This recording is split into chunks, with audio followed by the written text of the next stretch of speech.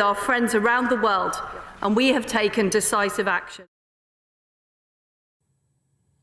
Well, the Prime Minister has told the Ukrainian President he will send more UK support in the coming hours and days as shelling continues in Ukraine. It comes as Boris Johnson is due to speak to G7 leaders this afternoon before flying to Poland and Estonia tomorrow. Dozens of people have reportedly been killed and hundreds injured in rocket strikes in the city of Kharkiv this morning. Efforts to broker an immediate ceasefire are underway, with delegations from Ukraine and Russia meeting in Belarus. President Volodymyr Zelensky has asked the European Union to fast-track Ukraine's membership application. We address the European Union to admit Ukraine immediately according to the new special procedure. We are grateful to the partners that they stand with us, but our goal is to be with all Europeans and, most importantly, to be equal. I'm sure that's fair. I'm sure we deserved it. I'm sure it is possible. We are not looking for, for boots on our ground. We are ready to fight ourselves.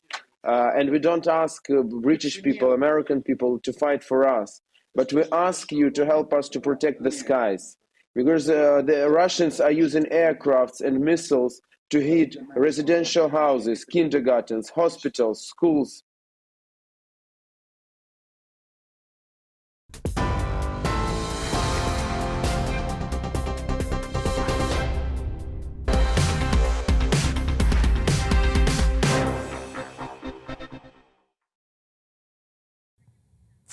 Well, how did you react then to the news that Russian nuclear weapons are being brought to full alert? It's a terrifying thought, isn't it, really? But is it a simple one? Does nuclear weaponry mean nuclear holocaust, the end of the world as we know it? Or can nuclear mean other things? Is the Cold War...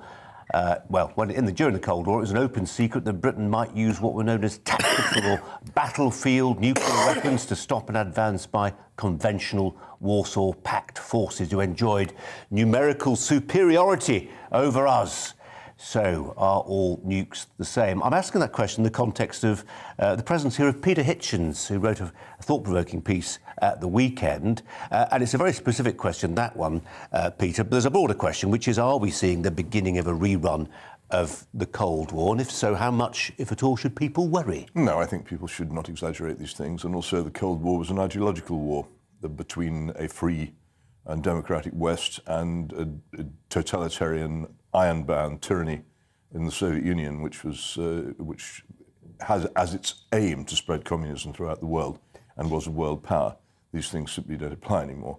Russia, I keep having to remind people, has a gross domestic product roughly the size of Italy's, is a decrepit country economically, largely poor and aging, and really should not be overestimated as an enemy. And the lesson I think that we learned, those of us who lived through the Cold War, particularly the Cuban Missile Crisis, is that people will not use nuclear weapons. Didn't egg this up too much. No, I take that, and it's in the interests of news broadcasters. Sometimes some people argue to do exactly that. It's been known, and headline writers do too, but I think we have to be careful not to frighten people too much. OK, no, that's a point taken. Just on the point that you make, that the old Marxist-Leninism creed was a proselytising religion, kind of. But it was definitely one, yeah. It was sending the idea was we want to share with the world the benefits of our insights into our economic model, that everybody gets to share the fruits of labour, etc., etc., etc.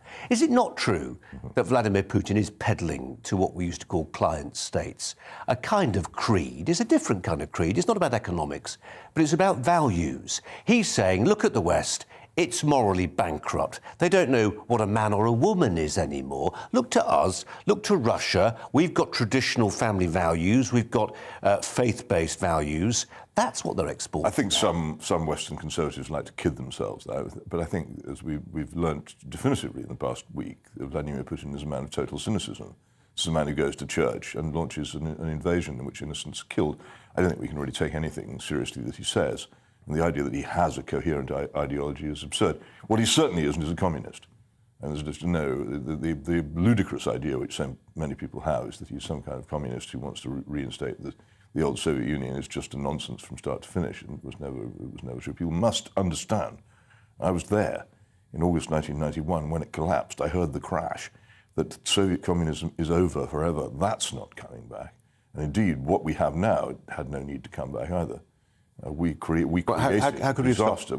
how could you have stopped it? When we defeated, after a huge and terrible struggle, Germany in 1945, we sent people in to rebuild democracy, the rule of law, a free press, a whole new society. We also sent billions, in today's terms, of aid in to rebuild a shattered economy of a country defeated in war. When we didn't beat Russia in war, when Russia, in fact, gave up without deciding to pull huge numbers of people down, without behaving like the Chinese and murdering its own people to keep power. When that happened, instead of saying, what a marvelous opportunity to bring Russia back into the civilized free nations, we increasingly treated it as an enemy. And it's that policy, which originated, I think, with Paul Wolfowitz, the clever architect of the Iraq War, to whom we already owe so much. That policy of expanding NATO East was a policy condemned at the time by one of the most brilliant diplomats who ever lived, George Kennan, and condemned during the past few decades by Yegor Gaidar, amongst other liberal democratic Russian politicians, who said this will strengthen the nationalists, this will strengthen the Putinites, don't do it. We ignored all that. We carried on expanding NATO up as close as we could to Russia, and now we created the conditions in which this horrible thing. Just going along with that, your reading of that historical period, are you saying that it was almost an accident of personalities? That, you know, you had Dean Acheson after the war, you had the Marshall Plan, you had that amazing ability, not just in Germany but in Japan, to turn around a fanatical regime and install a democracy. Fantastic. Are you saying it was just down to a handful of people, including a couple of neoconservatives, who just didn't like the idea of sticking up for the Russians who'd been so beastly to us before? Well, I think there was something to it. There were a lot of quite considerable people in global politics at the end of the Cold War who at that time recognized the dangers and, in fact, in many cases, made promises to Mikhail Gorbachev, another considerable figure, that they would not expand NATO eastwards. They understood what a danger it was and how much it would anger Russia. And those promises are now on record. There's a whole archive of them at George Washington University in the District of Columbia, which you can inspect on the web. They were definitely made, though people try and pretend, oh, we never put it exactly in writing in a treaty written on vellum. But they said it. They said they wouldn't do it, and they knew they shouldn't do it, and then they went ahead and did it. Petty-minded people, and I think Bill Clinton has to be one of those, were among the people who pursued the policy of NATO expansion. Also, even more squalidly and disappointingly, American arms manufacturers lobbied the Senate for NATO expansion because they saw an advantage in it to them. It's really that bad. And if we hadn't done that, if instead we'd poured all that energy into rebuilding Russia, into introducing the rule of law, which it so badly needed and needs, a true adversarial political system instead of a joke democracy where people voted but the votes were bought and the thing was a farce. If we'd done that, and also if we'd given them the sort of economic aid which we gave to Germany and indeed the rest of Europe after 1945, we would now be looking at a different world. But small-minded, in some cases, I think, rather stupid people decided they weren't ever going to let Russia be a power of any kind again, which is the basis of the Wolfowitz doctrine. And we've now got this. We've got this. We've got it. And we are where we are. And I want you to reflect, if you wouldn't mind, on it. We're looking, apologies for listening on the radio, we are looking at pictures of Vladimir Putin signing into law, I'm not entirely sure what, but complying with certain aspects. It's not really law, is it? It's just some decree. It's his whim. Yeah. Stuff's happening on a grand scale. For Germany to rearm 100 billion euros worth of spending on defence, that's a major turning point. That's extraordinary. I mean, what has now happened? This is, I think, as big and possibly a bigger turning point as September the 11th, 2001 in terms of world history. Yeah. Everything's turned upside down. All the isms are wasms, nothing. And I have to say one thing here: all those who thought that by extending NATO up into the Baltic states and everywhere else, they were going to protect those states, needs to think seriously again. If Russia is now under the control of a militant nationalism of the kind that Putin now represents, then I think NATO doesn't really offer much safety. Not, I have to say, that it's much of a pledge in the first place. If you read the fabled Article 5, it's full of get-out clauses. It's always been some matter of some doubt as to whether the United States was ever going to sacrifice Chicago for Berlin and in the past, and whether they would sacrifice it for Vilnius now is again extremely questionable. I think we're in a new period, and there will be and this really frightens me as someone who knows a bit about and likes Russia and Russians, Russia is now going to be a pariah state, much as Iran is, where nobody goes, where nobody can go, where diplomatic exchange is reduced to a minimum, where we know nothing about what they're thinking, where they know nothing about what we're thinking, where enmity will grow, and also these sanctions, which we're now boasting so much about. Well, hang on a minute. Every instance of sanctions in the past 50 years has meant one thing. The poor people of the countries involved have suffered. The rich, do you think the rich and the oligarchs in Russia will really suffer at the hands of these sanctions? No, it'll be the poor. And then again, our fundamental concern here, Ukraine. It's terrible. So Ukraine has been invaded by a foreign power because we diplomatically have used it as a battering ram against Russia. So yeah, go on, go Ukraine, go, put yourself up against Russia. And now, when Ukraine is attacked, we stand back and say, good on you, Ukraine, and we don't do anything. Big mouth, tiny fists sums up the whole of Western foreign policy at the moment. Big mouth, tiny fists, lots of braggadocio, no action, and drawing other people into danger. If this is as big as 9/11, and we think back to Tony Blair saying nothing will be the same again, how does that impact, just setting aside all the diplomacy and the geopolitics and the future of Russia, the future of Ukraine, future of Germany, what's the impact on individuals? I mean, you and I, before the programme began, we were talking about people of my generation. It's my view that nobody under 45 quite gets this in the way that anybody over 45 gets it. Literally the nightmares of the 4-minute warning and all the rest of it. Yeah. And people woke up this weekend, Peter. People, my kids woke up, your kids woke up this weekend to a new reality, a dawning reality, that the biggest threat in their life isn't necessarily a microaggression. It's the fact that their home could be incinerated in a nuclear holocaust. Now, you'll accuse me of overstating the case. Well, I think the danger of incineration actually is just as great from a conventional war. And what people don't realise, if you go, you must have been to battlefields over the past 10 or 20 years and seen what conventional weapons can now do. It's not actually far short. One of the worst events in human history, the destruction of Tokyo, was done with conventional weapons. Yeah. It was no nuclear weapons were involved. And that doesn't cross what I fear is both real war in Europe, not the far eastern parts of Europe that everybody tries to put into the back of their minds, but the parts we know. I think that is now a serious risk. And what I also fear is the poverty, the economic decline, the suppression of liberty, which invariably comes with the war atmosphere. And here's a crucial thing. Because the last Cold War was a fight for freedom against tyranny, you couldn't, under those circumstances, use the war as an excuse to suppress freedom. That's gone. And I feel very much that the freedom to dissent in this country is actually declining. The number of names I've been called for taking a dissenting position over the past week is absolutely astonishing by people who I previously thought were quite sane. It's like the weird atmosphere in 1914 when people started kicking Dachshunds in the street because we were at war with Germany. We're going to continue this conversation because you hit upon something really important there. Peter Hitchens, thank you very much indeed. Away from Ukraine, COVID restrictions in Scotland relaxed today as the country finally moves that little bit closer to a kind of freedom. The vaccine passport scheme has ended, along with the mask mandate in secondary school classrooms. Finally, after 2 years of hidden faces and muffled voices, Scottish classrooms will be liberated. How much damage to education, however, has been done, to what degree, was the policy driven by politics as well as science? Masks, we ought to note, must still be worn in school corridors. Joining me to discuss this, the Scotsman columnist and former MSP, Brian Monteith. Brian, thanks so much for your time. Appreciate it. What changed today? Well, what's importantly changed is that in secondary schools, pupils no longer have to wear masks. Teachers also can do without them. But we do have the rather absurd idea that when they walk along corridors, they have to still have masks on. And of course, we still have masks in various other parts of Scotland, such as schools, public transport and hospitality venues. They won't go until later in March. I just wonder, Brian, we've talked before, haven't we, about the inclination of the SNP at Holyrood to reach for the more draconian measure where possible. The precautionary principle seems to have guided a lot of their strategising, but also there's been some political popularity to be gained as well. I mean, Nicola Sturgeon's reputation, at least initially, was burnished. Well, you talk about the precautionary principle, and I would apply that. It's precautionary to not look weak. That is the overriding issue in presenting something that is different.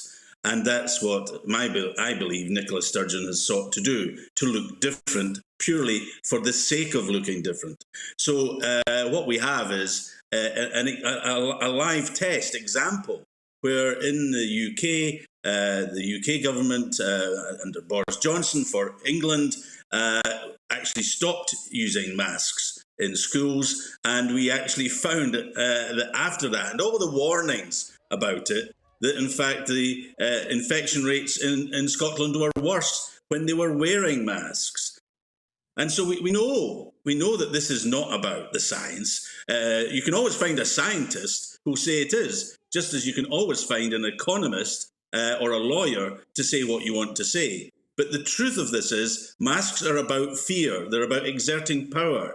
They're to make sure people do as they're told because they believe that there's something that they have to obey. And what they have to obey is the precautionary principle of the First Minister looking weak in the headlights of the COVID pandemic.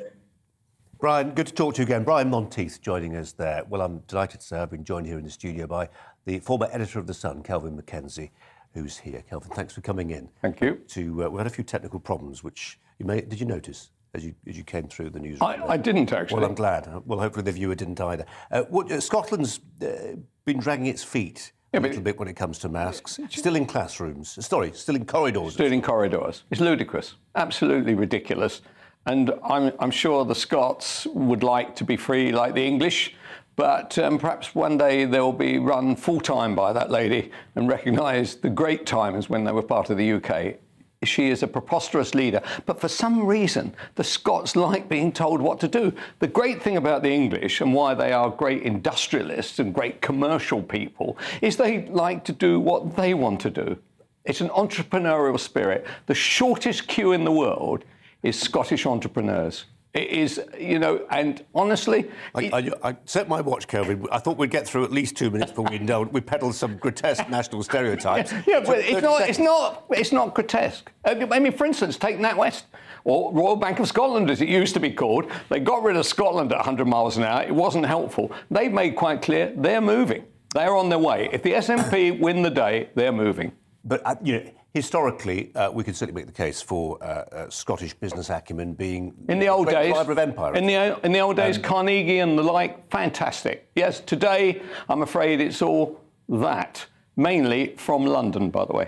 We're just briefly going to pop back to the House of Commons. Liz Truss, Foreign Secretary, making a few comments there apropos Ukraine. We're going to listen. Listening to the Right Honourable Lady's comments, I'm not entirely sure yet what the hold-up potentially is with clarifying the plans to sanction Russia's political ruling class, members of the Duma, the Senate, the Presidential Council, the top echelons of security and defence services, and public television employees. Well, it's more a way of marking your card, because Kwasi Kwarteng, the Business Secretary, will be on his feet shortly, and we'll keep across what's been said there, let you know if there's anything of great significance. It's worth noting that Priti Patel, the Home Secretary, announced there will be the visa-free arrival, if it's necessary, of up to 100,000 Ukrainians fleeing that increasingly war-torn country. And Liz Truss as well, with some strong words and suggesting, and the exact quote was, Putin must lose, and the invasion of Ukraine by his forces is, quote, not going to plan. Talking about Ukraine in the company of Kelvin McKenzie and addressing some other stories as well very soon. Stay with us.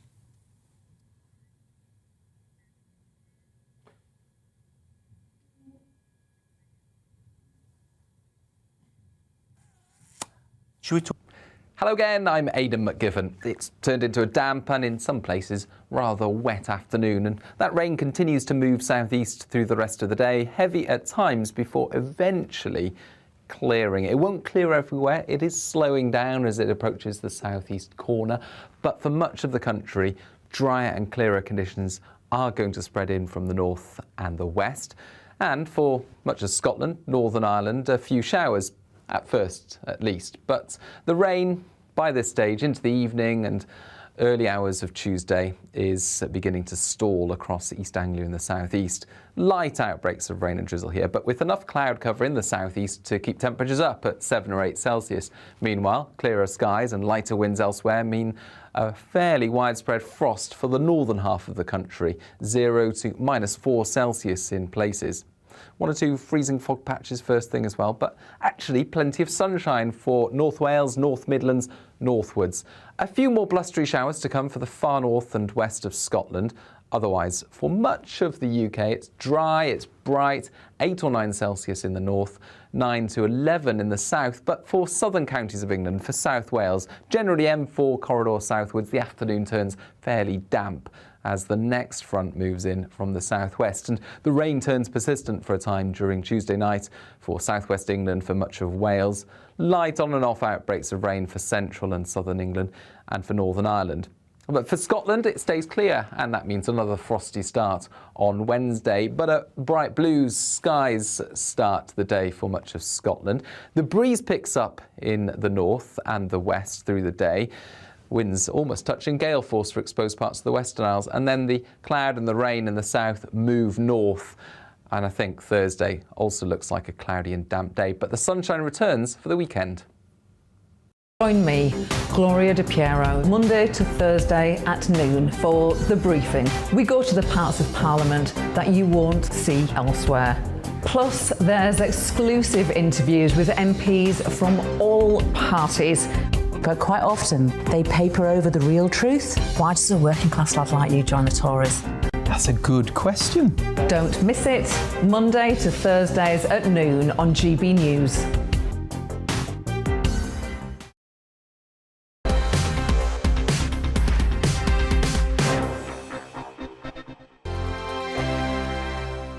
GB News is the UK's home of discussion and debate from all perspectives. To stay up to date on the latest stories, make sure that you subscribe to the GB News channel right here on YouTube. You can watch us live 24/7 across the whole world. You can also check out exclusive content and catch up on previous episodes of your favourite shows. Every day, we ask the questions that you'd ask, so why not add your voice to the conversation in the comments section? Don't forget to subscribe. We are GB News, Britain's news channel.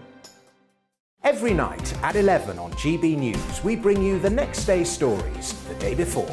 It's basically like time travel. If it's a big story, we'll cover it, guaranteed. But we'll also have some fun along the way. Big opinions, big laughs. Sometimes big hair.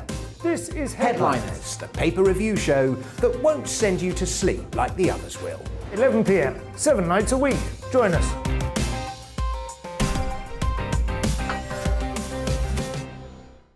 Hello there, I'm Eamon Holmes. And I'm Isabel Webster. And we hope you can join us for Breakfast with Eamon and Isabel. You make me laugh out loud, belly laugh. Is that important first thing in the morning? Yeah, absolutely. And there's me trying to be deadly serious. News is a serious business. Yeah, I have to rein you in sometimes. Well, it doesn't stop us laughing at it. It doesn't stop us having an opinion on what's going on. Yeah. And it certainly will not stop us reflecting what you think. Weekdays from 6 to 9:30 on GB News. I'm Dan Wootton. Join me Monday to Thursday from 9 to 11 for the feistiest and most fun news debate on TV, where free speech reigns. I'll bring you a sharp take on the day's biggest stories, bombshell newsmaker interviews, and A-list guests. And I guarantee you, no spin, no bias, no censorship, and no reason to go to bed. That's Dan Wootton Tonight, Monday to Thursdays from 9 on GB News.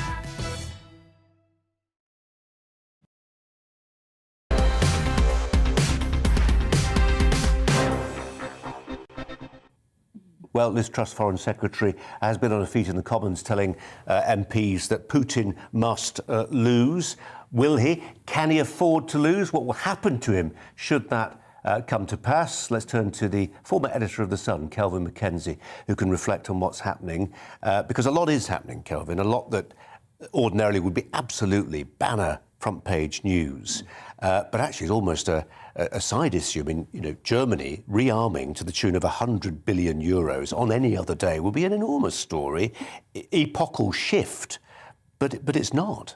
No, because, by the way, I think Liz Truss saying things like Putin must lose, it might be a good catchphrase, honestly. In what sense is he going to lose? He has the might. He is the bully. He is going to destroy that country if he can, right? He then gets caught up in the weeds of it all, and perhaps, is that a good thing? Is that a good thing? Because the truth about the matter is, he gets defeated in some sense, with quotes around it, defeated, i.e. the Ukrainians turn out to be fantastic fighters. Who knew, right? And that Russia turns out to be weaker than they knew. Did anybody know that? No. So supposing that does turn out to be the case, and that Putin is looking as though he's going to lose, when was the last time you heard a politician anywhere in the world outside ISIS saying, we will use a nuclear weapon?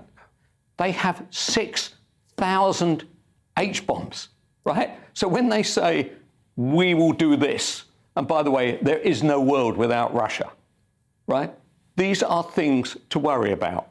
Well, I'm worried. I'm worried on lots of levels. And I was saying last week that sometimes you need to accept that an insurgency may not be the best thing. I keep thinking back to Grozny in Chechnya, and I think back to the images of what Grozny looked like by the time that Russia's proxies had finished with that city. And there was very little. They were rearranging the rubble.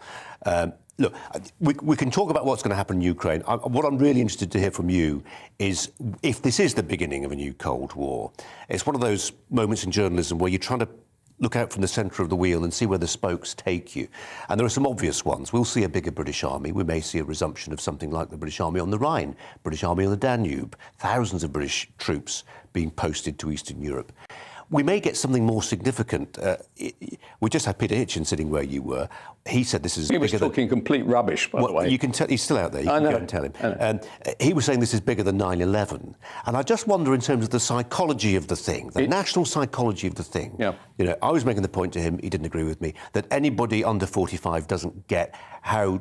traumatic's not the right word, but unnerving it was growing up under the shadow of the nuclear mushroom. And now that's maybe the era we're moving into again, is it? Well, if you are under 45, under 50, you've had a phenomenal run, right? There's nobody been coming to attack you. There has been no conscription. There is no sense of, do you remember there were Kremlin watchers who used to try and kind of tell you what somebody was thinking and how dangerous it was going to be to either you, your family, your company, or your country? There was none of all that. You lived in complete peace. I've got a flat, I'm going to buy a house, it's all going rather well. That moment has changed, and has changed for good. And it's damn good that Germany, right, now we've been fighting the rearming of Germany for very good reasons. Even they've grown up and said, we don't need your gas. We are going to stand up against you. And that plus SWIFT, has been a massive, massive shock as the whole world says, do your worst. And so he says, yeah, I'm going to do my worst. Let's get the thoughts of Colonel Richard Kemp, formerly of the British Army, a regular contributor here, to ponder on the thought that we were just conjuring with a moment ago, Richard, that idea of the British Army, a new role, a bigger role. I think it was Tom Tugendhat who said that sometimes, you know, quantity is quality, by which he meant that the days of reversing, or the days of cutting the size of the British Army should be over. We need to start recruiting again. Well, whoever said that is absolutely right. The British Army and the British Armed Forces overall have been decimated ever since the Cold War, really, as we grabbed the peace dividend and spent it on various welfare projects and other things. Meanwhile, writing down the British Army with the expectation that they would never really have to fight in the way that people are now conceiving they might have to fight. So we do need to build the British Armed Forces up. We, for example, in the last defence review last year, we cut the number of our tanks from around 227 to 148. Putin on the Ukrainian border had 1,200 tanks deployed, which was about the number we had in the 90s and mid-90s. So that is one area. It's hard combat power that we need. We do also need the technology, the drones, the artificial intelligence, the cyber stuff that was focused on in the defence review, but that alone will not win wars. We need to have hard combat capabilities again. Is the society that those soldiers would be fighting for, Colonel Richard Kemp, sufficiently robust does it have the strategic patience to see a long, new Cold War through? Well, I think, as Kelvin was saying just then, our society has, in many ways, very thankfully, been brought up in a world of relative safety with none of the major challenges that were faced by previous generations. But my view is that even the modern generation, the woke generation, the snowflake, as some people call them, do have the moral fibre and the strength to stand up when their country needs them. And I've fought alongside many very young soldiers who I think are every bit as good as their forebears were in the First, Second World War, etc. And I think, you know, this conflict in Ukraine today has really woken a lot of these young people up. And I think, I don't. If we face this kind of threat, and I think we will be facing it from now on in a way that we haven't for many years, I think they will stand up to the challenge just as much as any previous generation did. Richard, I'm just hearing from Mark White, our Home and Security editor, who's across those keeping tabs on the talks in Belarus, those, in quotes, peace talks. They've come to an end, no ceasefire at this stage. And to be honest, I don't think the expectations were particularly high that much would come out of them, but I think people were at least relieved that there was a bit of jaw amid all the war. Kelvin Mackenzie was making the point that the Russians will not leave without flattening large parts of Ukraine. Richard, is that your view? I don't think they want to do that. No, I don't think Putin has any desire to do that, which is why he started off this conflict with a fairly light touch. It sounds awful to say that when you've got people getting killed in large numbers and buildings flattened, etc. But obviously he could have done a great deal worse. This was not a shock and awe campaign. This was intended to unnerve Ukraine to such an extent that it would basically collapse and come to terms with Russia. If that doesn't happen, and there's no imminent signs it will happen, but I think Putin will go in very, very hard, and he will smash the hell out of Ukraine as much as he thinks he needs to in order to secure victory in that country. So I'm afraid to say that we're probably about to see this war entering a far more violent and vicious phase in which many parts of the Ukrainian army get destroyed and many, many civilians get killed as well and wounded. I hope that doesn't happen, and I hope the Ukrainian army is able to fight on. But it's actually quite hard to see how they do that under the steamroller of the vastly superior Russian forces. Richard Kemp, as ever, thanks for your expertise. Thanks a lot. Coming up, it's our daily debate. We'll be asking, should we ramp up our nuclear deterrent to keep Britain secure? First, the latest news headlines.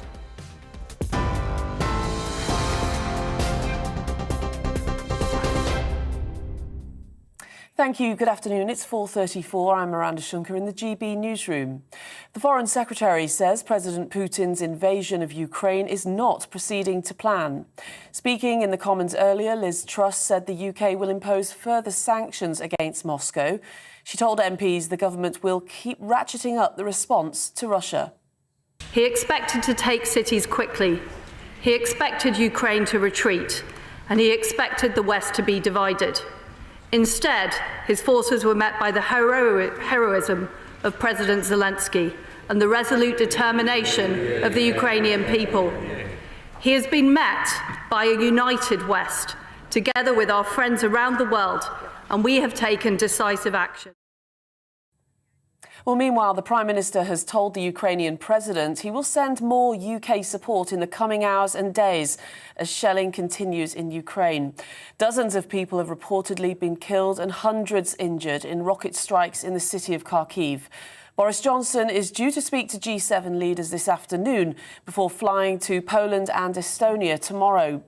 Meanwhile, in the last few moments, efforts to broker an immediate ceasefire with delegations from Ukraine and Russia have ended, and second-round talks will be held in the coming days. The United Nations Refugee Agency says more than 500,000 people have now fled Ukraine. It follows news that the UK is likely to follow the EU's lead in taking refugees from the country for the next 3 years. Boris Johnson has already announced immediate family members can join Ukrainians currently living in Great Britain. And Russia's central bank has raised its key interest rate to an unprecedented 20%. It's trying to shore up the ruble, which has fallen to an all-time low against the dollar following Western sanctions on Moscow. They include the blocking of some Russian banks from the international banking system, SWIFT. Well, on TV, online and DAB plus radio, this is GB News. Now it's back to Brazier after the break.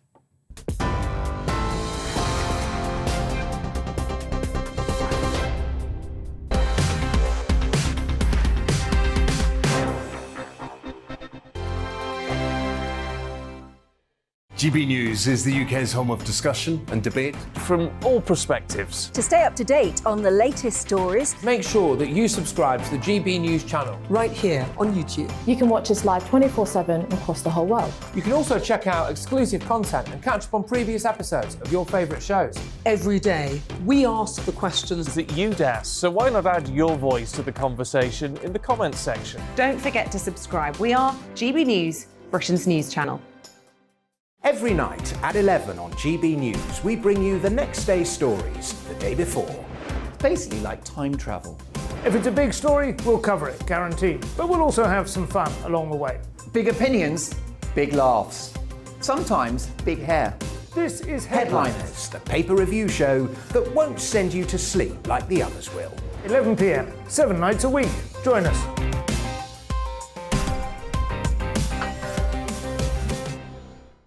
Hello there, I'm Eamon Holmes. And I'm Isabel Webster. And we hope you can join us for Breakfast with Eamon and Isabel. You make me laugh out loud, belly laugh. Is that important first thing in the morning? Yeah, absolutely. And there's me trying to be deadly serious. News is a serious business. Yeah, I have to rein you in sometimes. Well, it doesn't stop us laughing at it. It doesn't stop us having an opinion on what's going on. Yeah. And it certainly will not stop us reflecting what you think. Weekdays from 6 to 9:30 on GB News. I'm Dan Wootton. Join me Monday to Thursday from 9 to 11 for the feistiest and most fun news debate on TV, where free speech reigns. I'll bring you a sharp take on the day's biggest stories, bombshell newsmaker interviews, and A-list guests. And I guarantee you, no spin, no bias, no censorship, and no reason to go to bed. That's Dan Wootton tonight, Monday to Thursdays from 9 on GB News.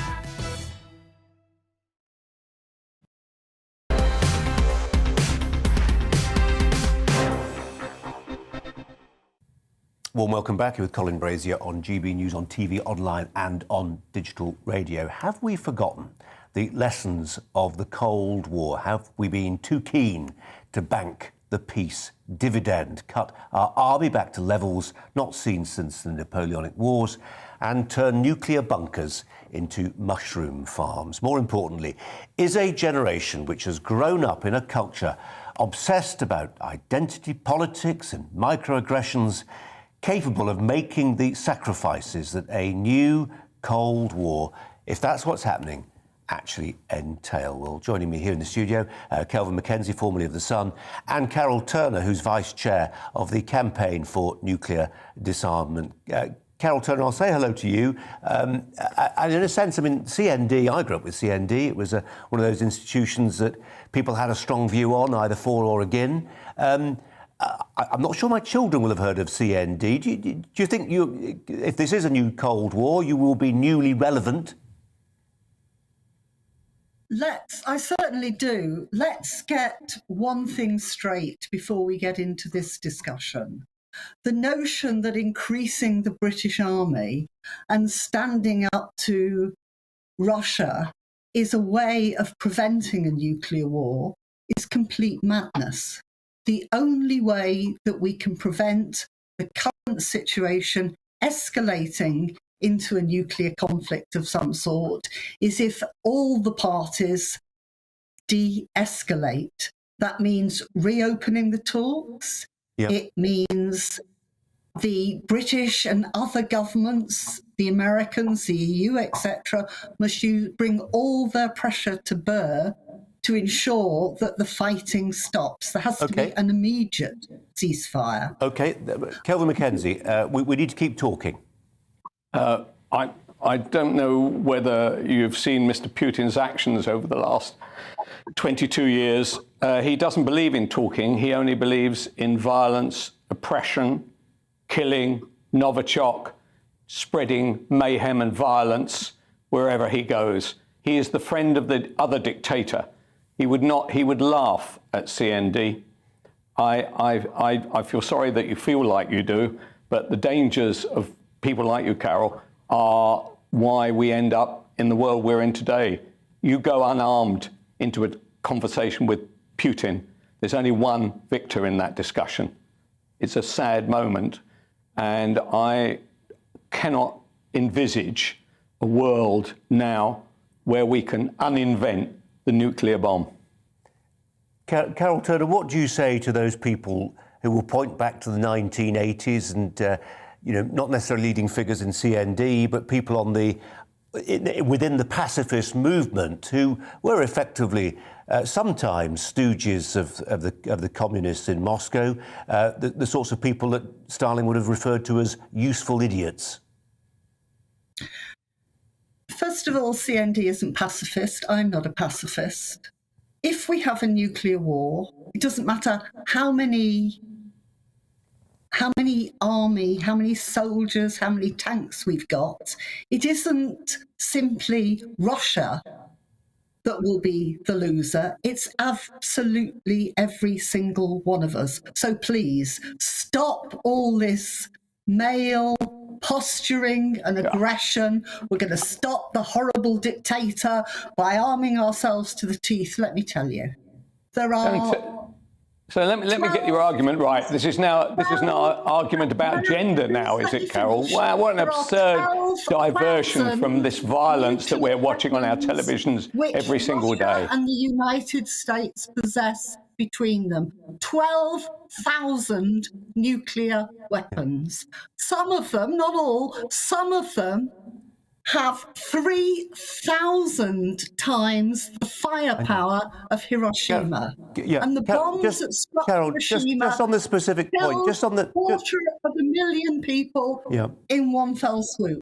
Who is going to win if the people who want to refight the Cold War of 30 years ago run this conflict? But Carol, we haven't started this war, have we? We haven't. If this is a war, and by Jove, if you're living in Ukraine, it certainly is one right now. How do you, talking nicely to Vladimir Putin right now, how is that going to stop him doing what he's doing?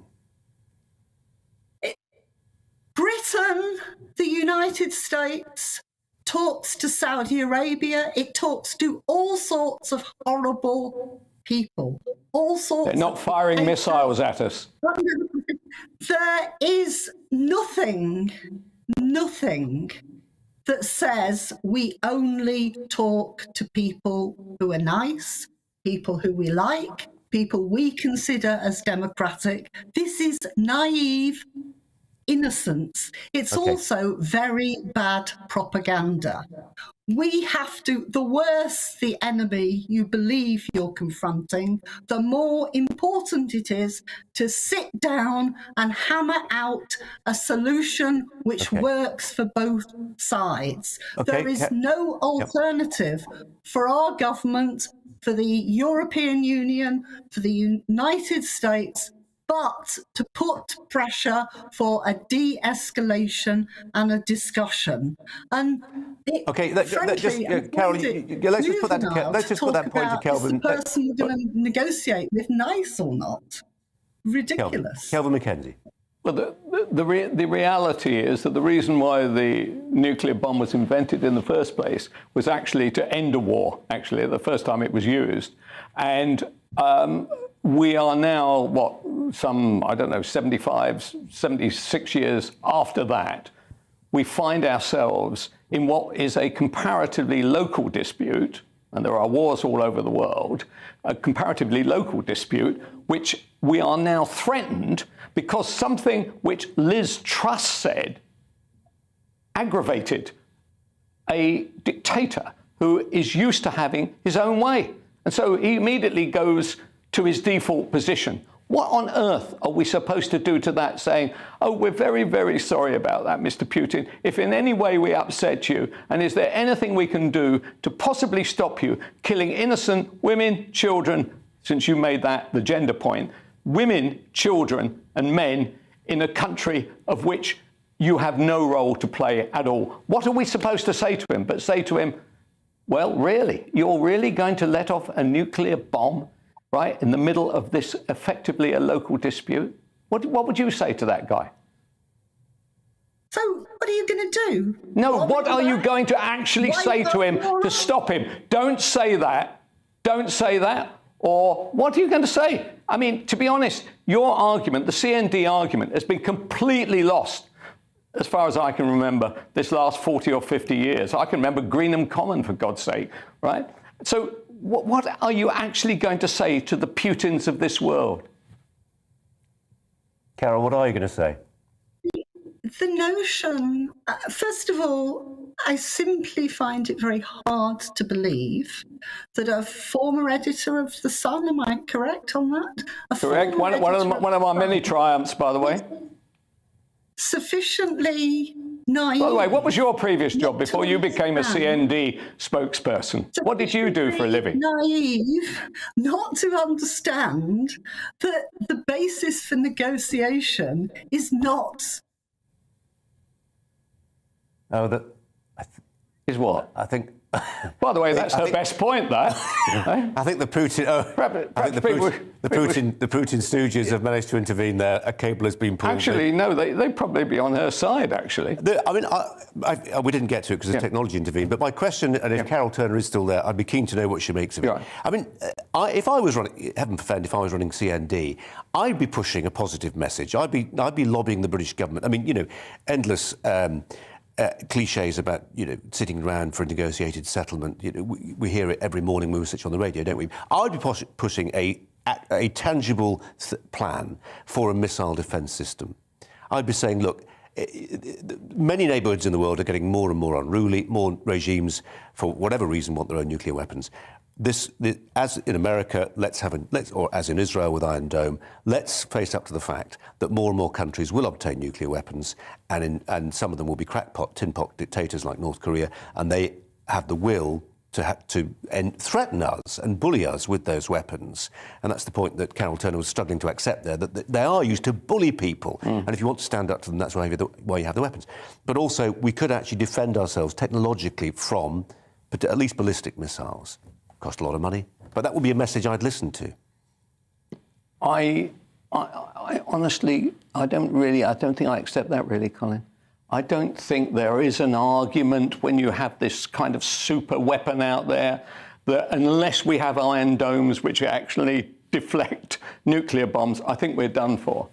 I admire ladies like that, actually. I mean, they stand there. She's been shouting in the wind now, to my certain knowledge, for about 40 or 50 years. I'm afraid she'll be shouting in the wind for a lot longer. And in the meantime, the number of people with nuclear weapons has gone up and the number of warheads. It is phenomenally dangerous. But the idea that a dictator can say, you aggravate me, Foreign Secretary Truss. I didn't like what you said about going to get your people to go to Ukraine and fight. Right, I tell you what I'm going to do. I'm going to drop a nuclear bomb on you.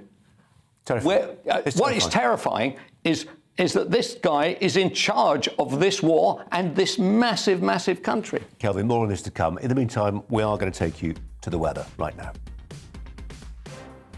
Hello again, I'm Aidan McGivern. It's turned into a damp and in some places rather wet afternoon, and that rain continues to move southeast through the rest of the day, heavy at times before eventually clearing. It won't clear everywhere. It is slowing down as it approaches the southeast corner, but for much of the country, drier and clearer conditions are going to spread in from the north and the west.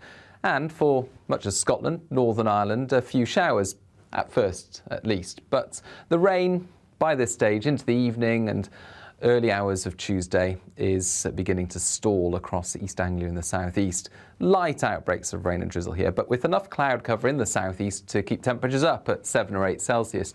Meanwhile, clearer skies and lighter winds elsewhere mean a fairly widespread frost for the northern half of the country, 0 to -4 Celsius in places. 1 or 2 freezing fog patches first thing as well, but actually plenty of sunshine for North Wales, North Midlands, northwards. A few more blustery showers to come for the far north and west of Scotland. Otherwise, for much of the UK, it's dry, it's bright, 8 or 9 Celsius in the north, 9 to 11 in the south. But for southern counties of England, for South Wales, generally M4 corridor southwards, the afternoon turns fairly damp. as the next front moves in from the southwest. And the rain turns persistent for a time during Tuesday night for southwest England, for much of Wales. Light on and off outbreaks of rain for central and southern England and for Northern Ireland. But for Scotland, it stays clear, and that means another frosty start on Wednesday. But a bright blue skies start the day for much of Scotland. The breeze picks up in the north and the west through the day. Winds almost touching gale force for exposed parts of the Western Isles. And then the cloud and the rain in the south move north.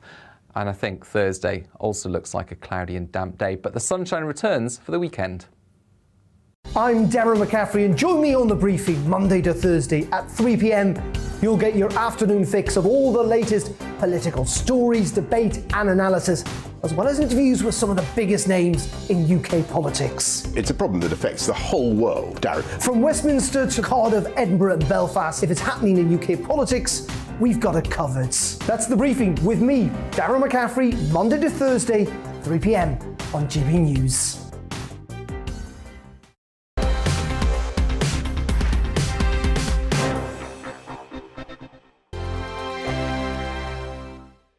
GB News is the UK's home of discussion and debate from all perspectives. To stay up to date on the latest stories, make sure that you subscribe to the GB News channel right here on YouTube. You can watch us live 24/7 across the whole world. You can also check out exclusive content and catch up on previous episodes of your favourite shows. Every day, we ask the questions that you'd ask, so why not add your voice to the conversation in the comments section? Don't forget to subscribe. We are GB News, Britain's news channel. Every night at 11 on GB News, we bring you the next day's stories the day before. It's basically like time travel. If it's a big story, we'll cover it, guaranteed. But we'll also have some fun along the way. Big opinions, big laughs. Sometimes big hair. This is Headliners, the paper review show that won't send you to sleep like the others will. 11 p.m, 7 nights a week. Join us.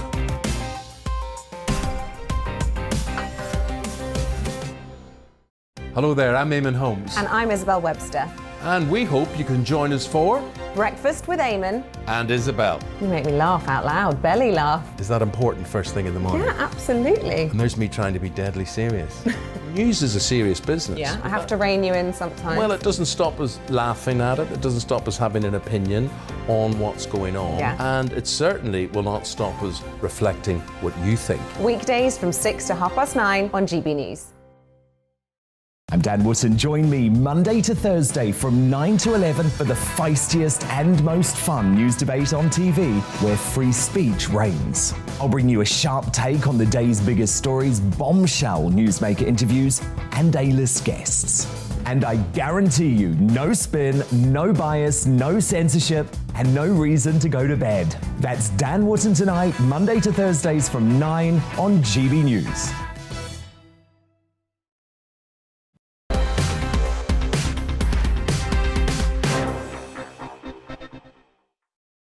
It is 5 to 5. Welcome back. You're with Colin Brazier on GB.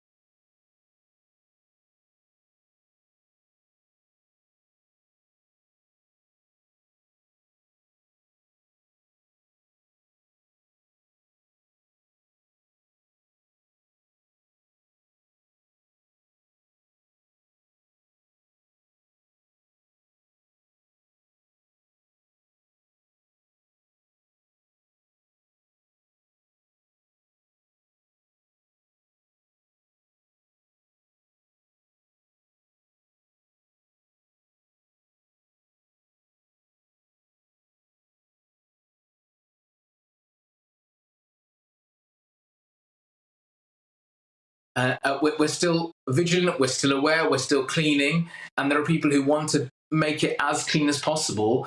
But I agree with you. I think it's important to have some germs, allow children to develop that immune system. And I think there's ways to keep clean, but actually keep yourself safe. So the key things here really are use precautions, wear masks, wear gloves when you clean, wear aprons. But most importantly, keep the window open. Get some fresh air in there, circulate and get rid of those aerosols. Of course, if you are someone who's a cleaner or who's been exposed to these fumes and you're having symptoms, then come and let us know as GPs and doctors. Yeah.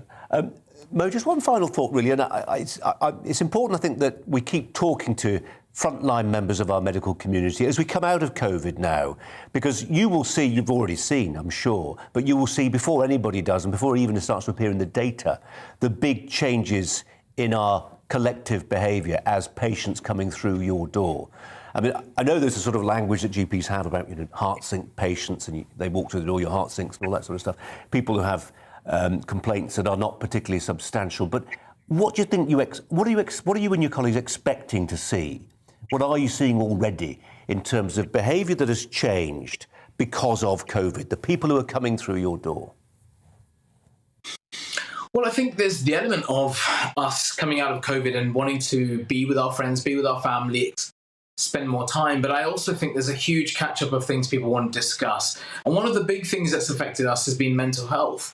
And I think right now is a great time if you're someone who's been suffering with not seeing people. And this is, even friends and family have said to me, we are struggling with not being able to spend time in our social environments. I think that's one of the biggest things I've seen come through, is the fact that people are saying, I'm actually struggling and I'm ready now to get some support, to get some help. And I think if you're someone who's watching this at home thinking, there's so many things I want to start getting to grips with regarding my health, but mental health is something that I've worried about, I think that will be a great place to start. Mo Kaki, good to talk to you as ever. Thanks very much indeed. Kelvin Mackenzie, formerly editor of The Sun alongside me. No stranger to good health stories. I think one of the issues about mental health is what is the bad back syndrome of the 90s and the 80s. So people couldn't come to work. I've got a bad back. The difference now is, if you said you had a bad back in the 80s, everyone, he's at it. He's at it again. If you quote mental health issues now, there is no boss in the country who is now not taking this very... And a lot of people would say rejoice, therefore, wouldn't they? They would rejoice to some of it, but some of it, you just don't know whether they're trying it on or they're not trying on. And within the NHS, I imagine, I don't want to be unkind, but I suspect that mental health is rampant in the NHS. You introduced an interesting thought. I say no more, Kelvin. Thanks for now. Hi there. Welcome to Brazier. Coming up live at 5.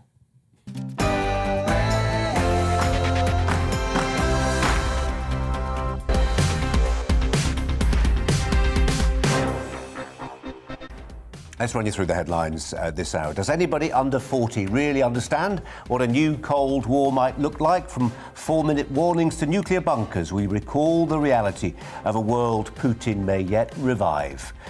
Also, why is the Green Party seemingly tearing itself apart over transgenderism? I'll speak to the party's former deputy leader, who's recently ousted, he says, for having the wrong views on biological sex. And we continue our examination of the British schools that see themselves as boot camps for ideological indoctrination. But first, the latest news headlines with Miranda.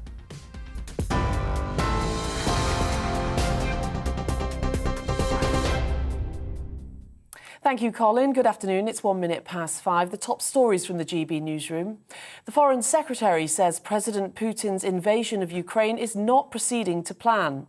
Liz Truss said the UK will impose further sanctions against Moscow and told MPs the government will keep ratcheting up the response to Russia. The Foreign Secretary will also meet her US counterpart Antony Blinken this week. He expected to take cities quickly. He expected Ukraine to retreat. And he expected the West to be divided. Instead, his forces were met by the heroism of President Zelensky and the resolute determination of the Ukrainian people. He has been met by a united West, together with our friends around the world, and we have taken decisive action. Well, the Prime Minister has told the Ukrainian president he will send more UK support in the coming hours and days as shelling continues in Ukraine. It comes as Boris Johnson is due to speak to G7 leaders this afternoon before flying to Poland and Estonia tomorrow. Well, dozens of people have reportedly been killed and hundreds injured in rocket strikes in the city of Kharkiv this morning. Efforts to broker an immediate ceasefire with delegations from Ukraine and Russia have ended, and the next round of peace talks will be held in the coming days. President Volodymyr Zelensky has asked the European Union now to fast-track Ukraine's membership application. We address the European Union to admit Ukraine immediately according to the new special procedure. We are grateful to the partners that they stand with us, but our goal is to be with all Europeans and, most importantly, to be equal. I'm sure that's fair. I'm sure we deserved it. I'm sure it is possible. Well, earlier, UN Secretary-General Antonio Guterres said the violence in Ukraine is totally unacceptable and enough is enough. Yesterday, Russian nuclear forces were put on high alert. This is a chilling development. The mere idea of a nuclear conflict is simply inconceivable. Nothing can justify the use of nuclear weapons. The United Nations Refugee Agency says 500,000 people have fled Ukraine since the incursion. It follows news that Britain's likely to follow the EU's lead in taking Ukrainian refugees for the next 3 years. The policy is due to be reviewed in the coming days. Boris Johnson has already announced immediate family members can join Ukrainians currently living in the UK. We will, of course, keep you updated on developments throughout the evening. To other news now, though, and fears over energy supplies have seen oil prices soar as a result of the conflict. Petrol in the UK has also reached record highs, with the average price hitting £1.51 for the first time. The cost of diesel is also at unprecedented levels. A 37-year-old woman has appeared in court charged with an offence under the Animal Welfare Act. Sarah Moulds is accused of causing unnecessary suffering to an animal while taking part in a hunt last year. Well, our reporter Will Hollis was in Lincoln with the latest. Sarah Moulds, aged 37, appeared before Lincoln Magistrates Court, which was sitting as Lincoln Crown Court, to enter her plea today. Mrs Moulds of Somerby in Melton Mowbray pleaded not guilty to the charge of causing unnecessary harm to an animal. It's alleged that the former teacher hit and kicked a horse called Bruce Almighty during a Lincolnshire hunt in November last year. At the time, a video of a woman repeatedly slapping a horse as it ran in the road was shared widely on social media. A trial is expected to take place later this year on the 17th of October. Mrs Moulds has been granted unconditional bail until that date. Will Hollis reporting there. Well, this is GB News. We'll bring you more news as it happens throughout the evening. Now it's back to Brazier.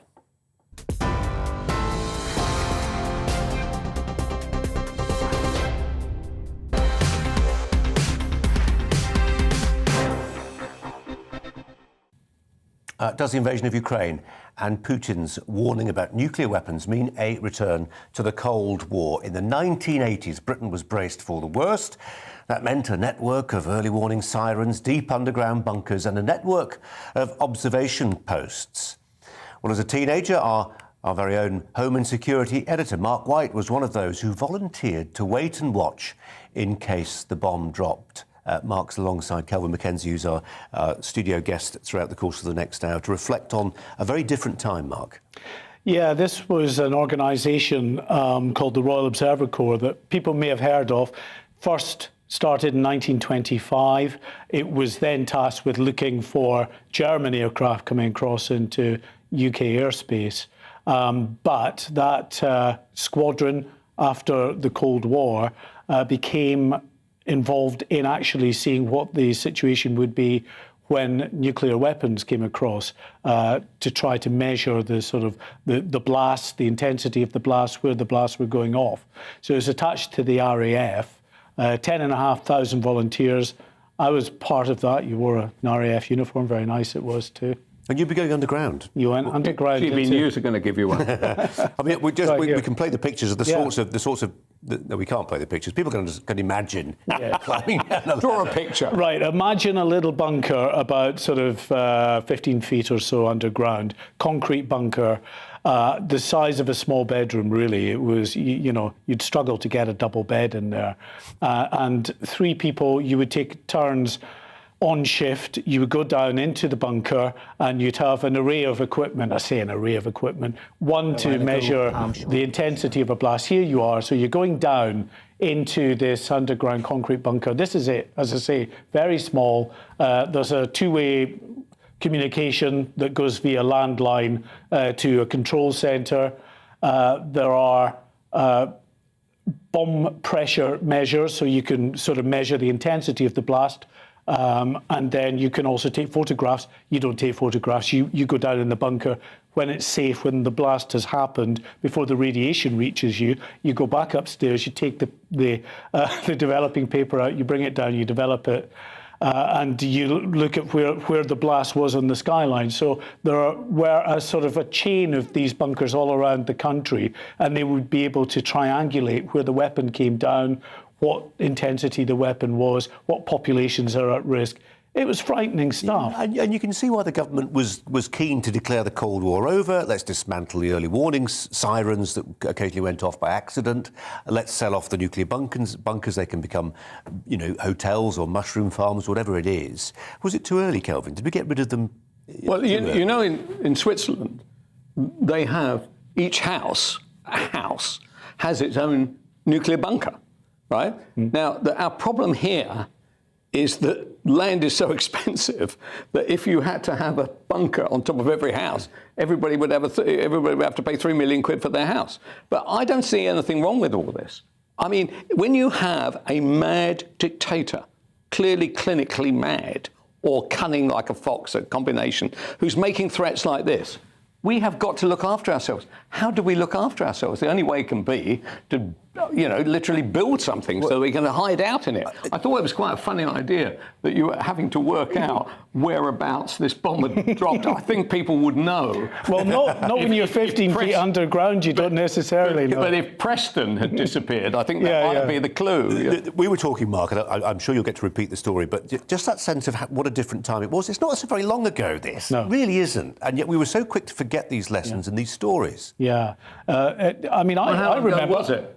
For you? Well, 40... I'm 55 now, so I was... Not bad, Nick, is it? When I was in the Royal Observer Corps, it was age about 16 to 17. I only did it a couple of years. Kelvin, I'm trying to get him to tell a story. You need to be quiet for a bit. Sorry. But yeah, an indication of what it was like for young men of that era. My best friend is an airline pilot. He's got his own worries, obviously, at the moment with all of the travel restrictions that are being imposed by Russia and then the European Union and others on Russia. But his father was in the RAF, a pilot in the RAF during the war, and then, of course, into the 60s at the height of the Cold War. Now, he was based in an RAF station across in Germany, and at that time it was 213 Specialist Squadron of the RAF. He was a part of a Canberra crew. They were in a bunker, a reinforced bunker, that would protect them from supposedly blast. But they would go in there for a month at a time, and he would sit there. He would be in his full flight clothes, and they would be at a minute's notice to go out. They had an American nuclear bomb strapped underneath of this Canberra bomber, and they got the call quite a few times over the years to go out because of various incidents or alerts.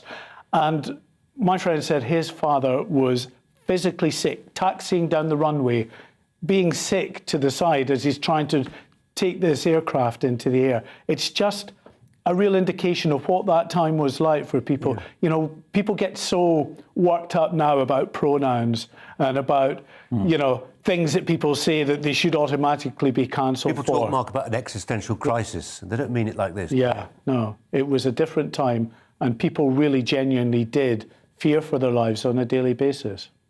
Are we heading back that way, Kelvin? I think we'll know more if we had the same discussion in about a month's time. Yeah. Because if Putin is still talking nuclear, he will be impressed by our fear. That will galvanise him, because he will say, that's what gets you, is it? It's not my guns, it's not my bullets, it's not my ambition. I mentioned the word nuclear. That gets you quivering, doesn't it? Interesting, really interesting. Terrifying, but interesting. Mark, you might want to stick around for this next item, because it might be of interest to you in relation to what you've just said. And it's this. Israel has the Iron Dome. Ronald Reagan, former US president, he had Star Wars. Is there a place, then, for Britain to have an anti-ballistic missile shield? It's a question prompted by what we were just talking about, Russia's talk of nuclear weapons. How easy is it to build such a shield? Is it technically even possible to prevent someone who really, really wanted to, let's not beat around the bush, nuke the UK? Could it be done without ultimately antagonising the Russians? Or as Mackenzie just suggested there, maybe they want antagonising. Maybe that's part of the game. Joining me now is Hamish de Bretton-Gordon, a former British Army colonel and weapons expert. Hamish, thanks for your time. Back in Star Wars, Ronald Reagan, late 80s days, SDI, Strategic Defence Initiative, the world was full of acronyms then, wasn't it? But the analogy was always given, it was like trying to shoot a pebble with a pebble. So technically, stopping a missile from hitting your land is not easy. No, it's certainly not, and probably not the best way to prevent nuclear attack. I mean, I think there are a lot of other things, and very interesting hearing your discussion. I commanded the UK's and the NATO's nuclear defence force for some time, and actually the key thing to preventing it happening is to make sure that people like Putin and others do not launch these missiles. And I agree. I mean, until very recently, the chance of nuclear attack was so small that we shouldn't even be bothering about sort of missile domes and all the rest of it. But I think some of the decisions that Putin has made in the last few days really does question his judgment. And although I'm sure the chance of a nuclear attack, particularly in the UK, is still extremely low, the chance of misinterpretation or mistake because of the actions of Putin, that is the big problem. So I think what we must do is absolutely take the chance of nuclear attack off the case, because to build any sort of missile defence system is going to take years and years and years. We're in the here and now, and I agree with your speakers. What happens over the next couple of weeks is going to be absolutely key. Now, I've seen the Russians at very close quarters in Syria over the last 10 years, and I've seen how they operate, and they have used every weapon at their disposal.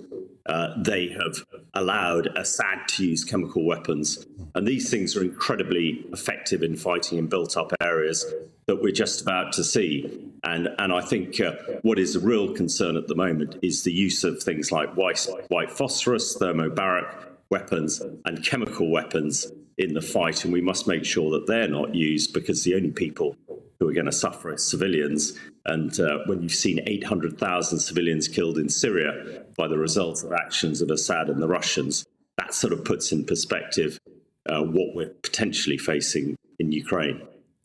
Hamish, when you were part of our nuclear deterrent in the British Army, you were part of a society, it seems to be, which 20, 30 years ago sort of got the calculus. It was morally robust enough to accept the logic that said, we have to present a serious deterrent. If it's not taken seriously, it doesn't work.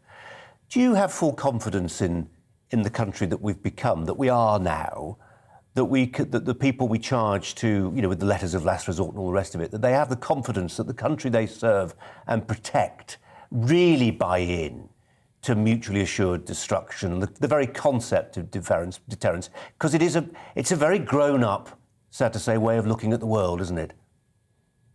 Well, I think there are 2 points here that are worth bringing up. First of all, do we have confidence in our leaders to carry this through? I was devastated in Syria when the red line on the use of chemical weapons completely disappeared. And first of all, ourselves and then the Americans decided to do nothing, because that allowed chemical weapons to proliferate. And then we saw hospitals being attacked and civilians. and we didn't do anything except had platitudes at the United Nations. I think people now realise that this is actually on our doorstep. This could have an impact on us, and if Putin starts firing nuclear missiles around, some of them are definitely going to be coming our way.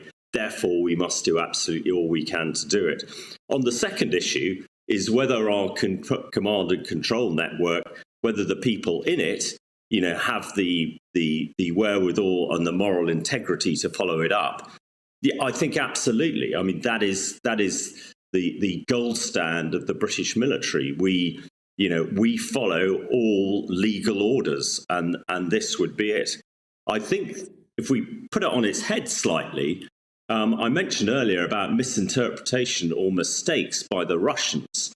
I am not sure that there are the checks and balances within the Kremlin, and particularly senior people, who will question things, because let's hope that there are, because if an order is given by accident or misinterpretation, I just hope that there are some people with the moral courage that we expect of ourselves here in the UK and in the free world to actually stand up and go, no, this is wrong. We cannot go ahead.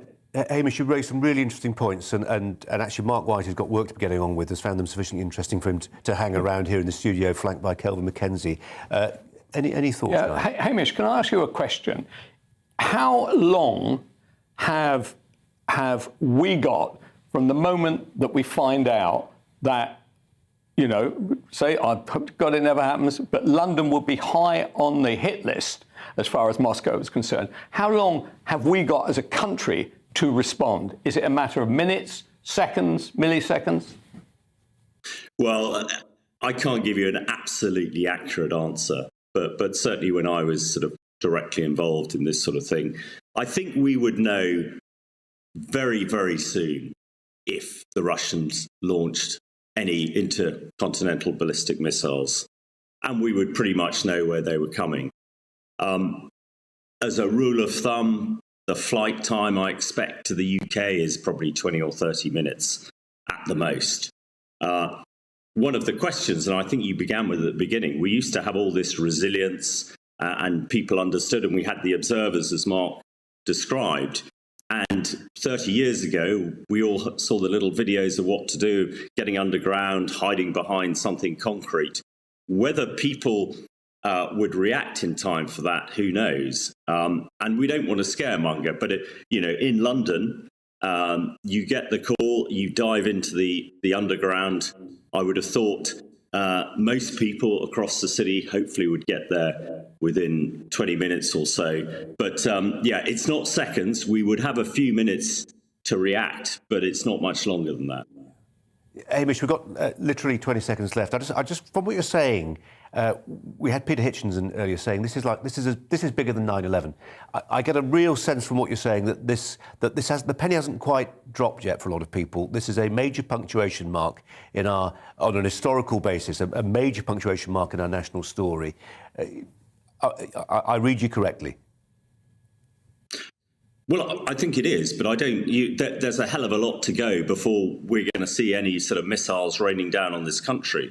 And that's why it's absolutely essential that the Prime Minister and others get stuck in. We have not got stuck into the Russians, particularly in Syria, where I've spent the last 10 years, and we've allowed dictators like Assad to get on and do horrendous things. So by our weakness then, that sowed the seeds for what we're looking at the moment.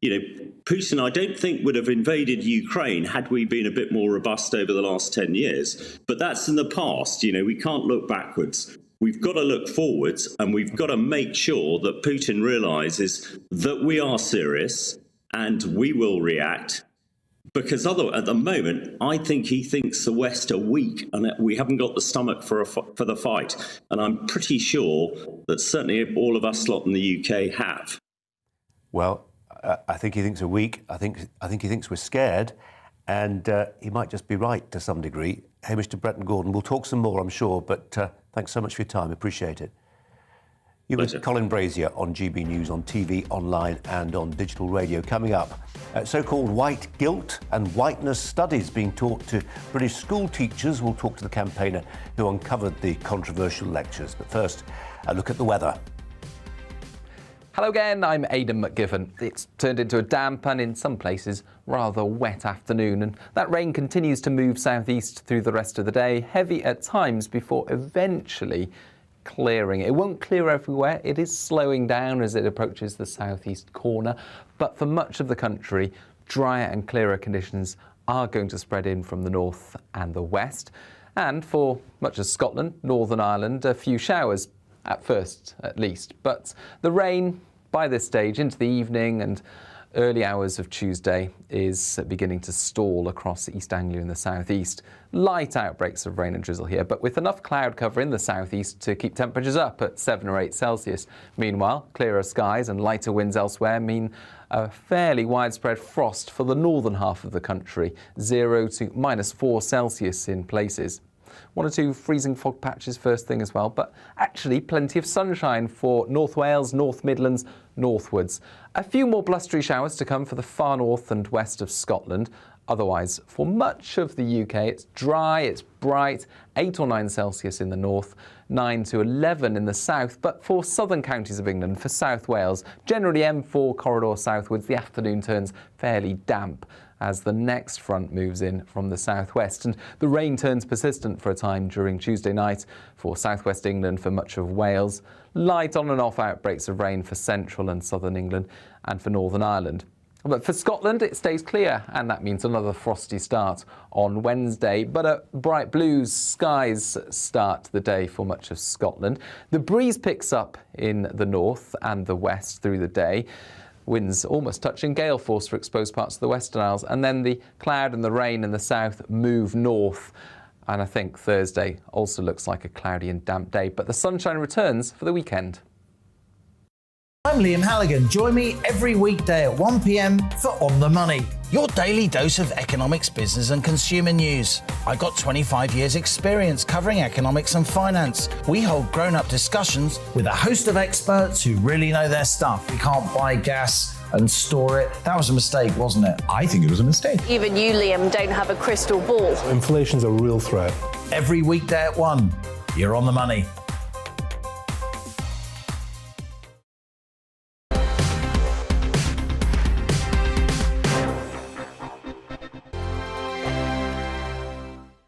GB News is the UK's home of discussion and debate From all perspectives. To stay up to date on the latest stories, Make sure that you subscribe to the GB News channel. Right here on YouTube. You can watch us live 24/7 across the whole world. You can also check out exclusive content and catch up on previous episodes of your favourite shows.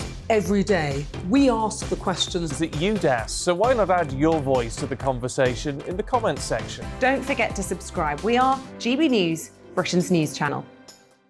Every night at 11 on GB News, we bring you the next day's stories the day before. It's basically like time travel. If it's a big story, we'll cover it, guaranteed. But we'll also have some fun along the way. Big opinions, big laughs. Sometimes big hair. This is Headliners, the paper review show that won't send you to sleep like the others will. 11 p.m, 7 nights a week. Join us.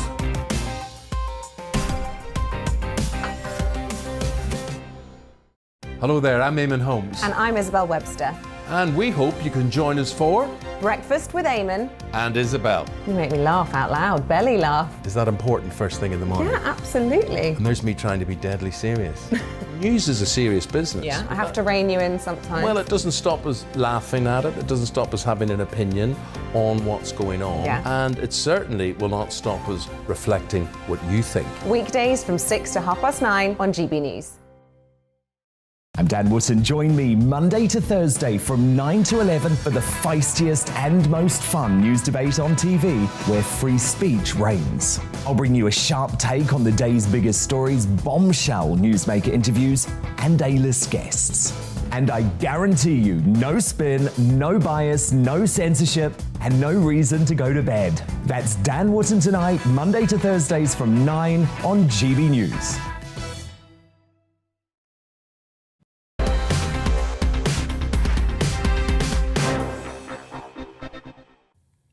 No, Defence Secretary Liz Truss said yesterday she would support Brits who choose to go to Ukraine to defend the country from Russia's invasion. Well, our national reporter Paul Hawkins spoke to Anthony Zamparelli, who wants to travel to fight in Ukraine. Anthony is a 56-year-old father of 7 from North London who was trained by the British Army, although he's never fought for British forces. Well, I just think it's something I need to do. Yeah. A lot of people are out there suffering at the moment. I've got military experience. They need boots on the ground. That's definitely what they need. I think their fighting force is 190,000. They're facing is unbelievable. So, I just think people that have got military experience, or even if they haven't, and they went in to fight for freedom, they should go out there. Yeah. Are you willing to die? Well, obviously, yeah. If I'm going to go into somewhere, I know, but it's just a big thing to think about when you've got family and friends. I don't want to do it. I don't want to die, but I mean, you can't think of them sort of things when you're going into that situations. If you believe in something, you should go and do it. Calvin Mackenzie, formerly editor of The Sun, is alongside me listening to that. There will be people, Calvin, who fancy making a contribution to the survival of Ukraine, and that's one way of expressing it. Sometimes it's going to be bravado, sometimes it'll be for real. We saw people go to Syria and take risks in getting there. I mentioned Liz Truss. She welcomed the idea of joining the sort of international. Ben Wallace, Defence Secretary, less keen. He says join the British Army if you want to serve. I don't agree with Wallace. Right, and then that'll be part of the kind of battle going on in the cabinet about who actually runs the Ukraine story. I think Ben Wallace should have kept his nose out of it. Frankly, it was a very good point made. If you feel strongly enough about something, you should go and do it. You should go and do it. And I salute those people. I think the guy at 55 is obviously not as hirsute as you might want for a battle. Svelte. He may not want in the end to do this, and I don't blame him. But if you're a young man, young woman, you thought that that this country is being bullied by a bully, and you're prepared to make the ultimate sacrifice, go for your life. And one of the issues is that it now looks as though that is what triggered off Putin. It was the Truss kind of saying, go out there, that suddenly he decides, I'll tell you what, I'll throw this nuclear thing in. The man is unhinged and clever at the same time. But you come across people like that. You come across them in business, by the way. Kevin, just to interrupt you for a second, I don't want to come across as our friend from CND from earlier, but do you think he would have found it easier he may have found it less offensive had Liz Truss been a bloke? I don't know what I don't know. Actually, it's a very good point, that, because as far as I can see, I've never seen a senior member of his inner circle. They're all male, aren't they? And this could be a very good point. He doesn't like being taken to task by a woman. Just on the point about whether people should go and fight there or not, I was doing a couple of interviews about this last week, just as it was really, the invasion had began. And I was saying, look, if we're humanitarians, and we all want to be, if we come to the quick realisation that this is one-way traffic militarily and overwhelming firepower is going to see a Russian victory, why drag it out? We should be, if you are, it's in the interest of the Ukrainians. Actually, it's not for us to tell them, but you could argue it's in their interest just to raise the white flag and have the thing done with. Right.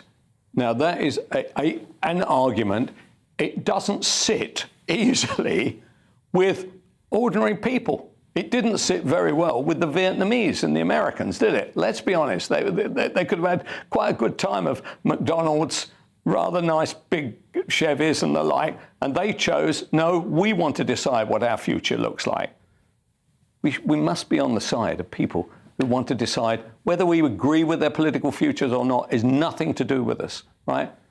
I would love to see a load of people from our country go out there and fight. Yeah, it would be a fantastic thing. A British brigade, fantastic. After all, we valued the Polish in the Second World War. We valued the French resistant fighters, right? Why on earth shouldn't we have our own Ukraine brigade? And to be honest with you, one of the issues that is going to happen to our country is that as we become a natural harbour for people who believe in the freedoms of democracy. The people from Hong Kong, we're going to have 300,000 come here, at least. By the way, it'll be many more. And they'll bring with them huge wealth and ingenuity and drive and ambition. The same will happen with Ukraine. They will say, they were our friends, they stood by us. We're going to have a lot of inward kind of human investment. It's a fantastic thing to fight for the underdog, a fantastic thing. Well, and just on the point about Ukrainians coming to the UK, if you weren't watching at the time, we saw Priti Patel, our Home Secretary, UK Home Secretary today, announced that there will be spaces for an extra 100,000 Ukrainian refugees. Applause from Kelvin Mackenzie off camera there for that decision. Won't need visas, they just need to turn up at the border and they will be allowed in.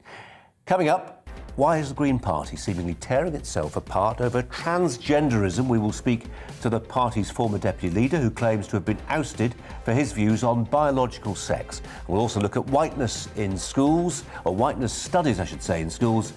But first, the latest news headlines with Miranda Shonka.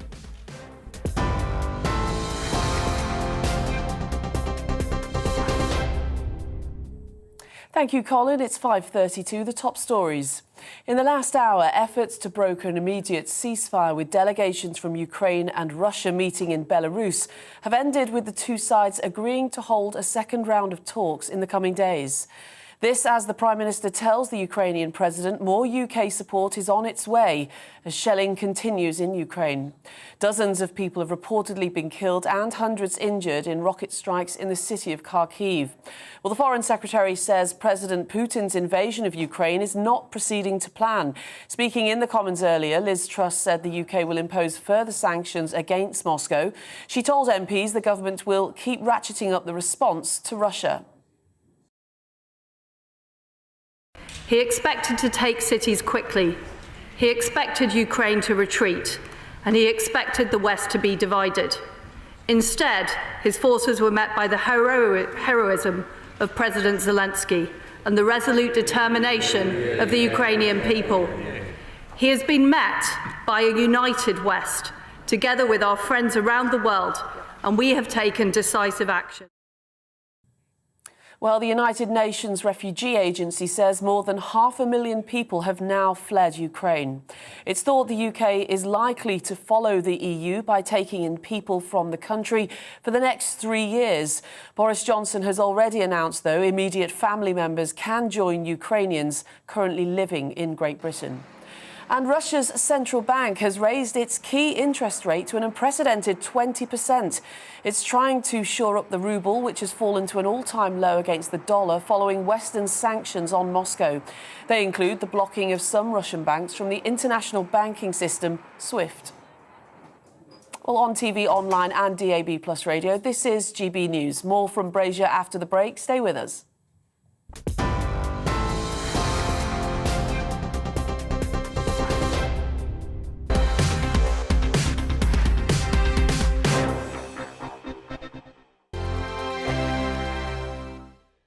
GB News is the UK's home of discussion and debate from all perspectives. To stay up to date on the latest stories, make sure that you subscribe to the GB News channel right here on YouTube. You can watch us live 24/7 across the whole world. You can also check out exclusive content and catch up on previous episodes of your favourite shows.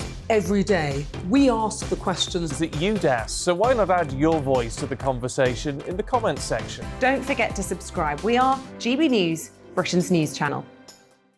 Every night at 11 on GB News, we bring you the next day's stories the day before. It's basically like time travel.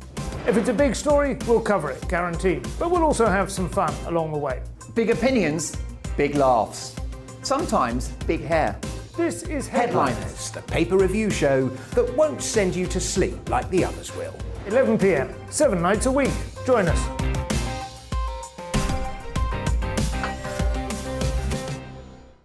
Hello there, I'm Eamon Holmes. And I'm Isabel Webster. And we hope you can join us for Breakfast with Eamon and Isabel. You make me laugh out loud, belly laugh. Is that important first thing in the morning? Yeah, absolutely. And there's me trying to be deadly serious. News is a serious business. Yeah, I have to rein you in sometimes. Well, it doesn't stop us laughing at it. It doesn't stop us having an opinion on what's going on. Yeah. And it certainly will not stop us reflecting what you think. Weekdays from 6 to 9:30 on GB News. I'm Dan Wootton. Join me Monday to Thursday from 9 to 11 for the feistiest and most fun news debate on TV, where free speech reigns. I'll bring you a sharp take on the day's biggest stories, bombshell newsmaker interviews, and A-list guests. And I guarantee you, no spin, no bias, no censorship, and no reason to go to bed. That's Dan Wootton Tonight, Monday to Thursdays from 9 on GB News.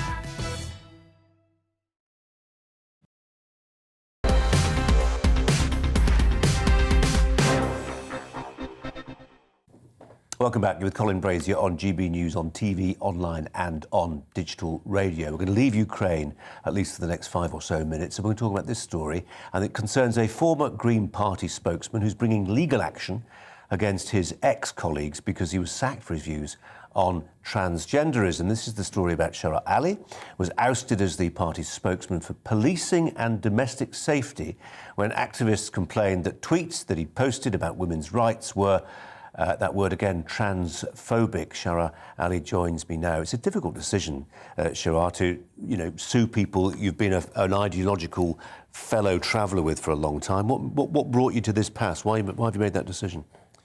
Well, it is a very sad moment when you have to take such affirmative action against what I feel was ongoing years of harassment on the basis of, ultimately, discrimination for having what is now judicially required or called and protected, having the belief of sex being immutable.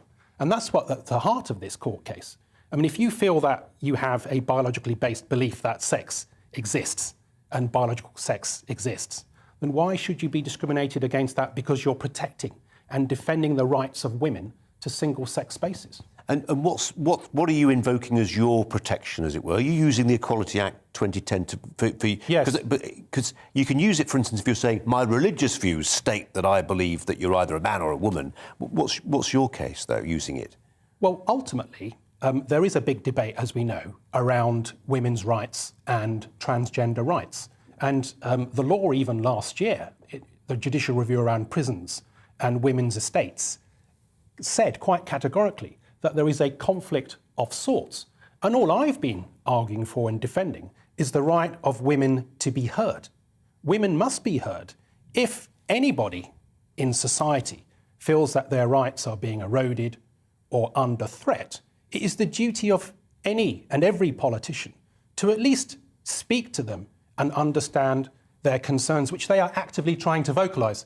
And what's happening now is that across all political parties, women are feeling politically homeless because they're feeling as though they can't even organise a space in which to vocalise their concerns. And that's where I come in, because all I've been saying, I think in the best tradition of green politics in my party, is that of course we must listen. If you don't, you can't have it both ways. If you don't want to listen to others, don't. But please don't stop others who do wish to attend to their concerns in order all the better to negotiate a potential conflict of rights. So that's quite a modest position. Kelvin McKenzie's here.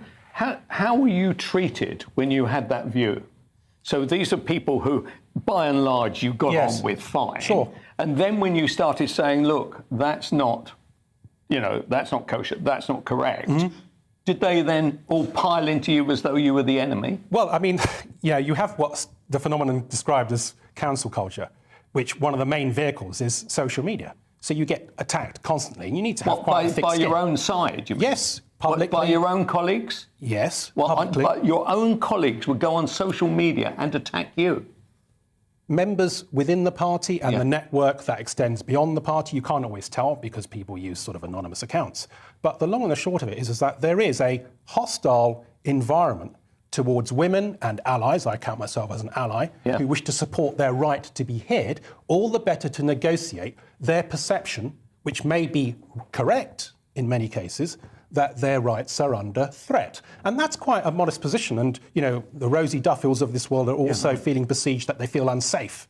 What do you say? I had a conversation a couple of weeks ago with, I've got teenage daughters, and one, my very clever 16-year-old goes to an all-girls grammar school. Yes. And she upbraids me for my prejudice against the trans community and says, I'm just clutching at straws when I invoke the problems with prisons where, people have gone in, not masquerading, but they've had a change of gender, and that puts women at risk, changing rooms, hospitals. We know those venues where it is a tangible problem. Yes. And they say, "Oh, Dad, that's not an argument that applies very widely." What is the argument? Well, I mean, first of all, look, I mean, there is a point to be made that let's not overgeneralise, because that's what prejudice consists of. But there is also a contrary point to be made, and this is real life. We have the case, quite infamous case of Karen White, who was a male sex offender who identified as a woman and then, as I think could have been predicted, offended in a female prison estate. Now, whatever is your views upon the role and the place of prisons, the punishment is itself the deprivation of liberty. It isn't actually to allow women to be in a situation where they feel that their safety and their dignity is at stake. So I would say that the current prison policy, which does allow a certain amount of risk assessment, is not getting it right. I don't think they're striking that balance right. Even if there is going to be mixed sex accommodation of sorts, that debate at least needs to be had. Shira, you're coming at this from a political point of view. I just wonder, Kelvin, as a former tabloid newspaper editor, the most successful one in the country at the time, and still is, what you make of how it isn't anymore. Well, I just thought I'd say that. Yeah. Thank you. Now you're not. No, I'm not the editor. That is, in fact, the reason, probably. Yeah.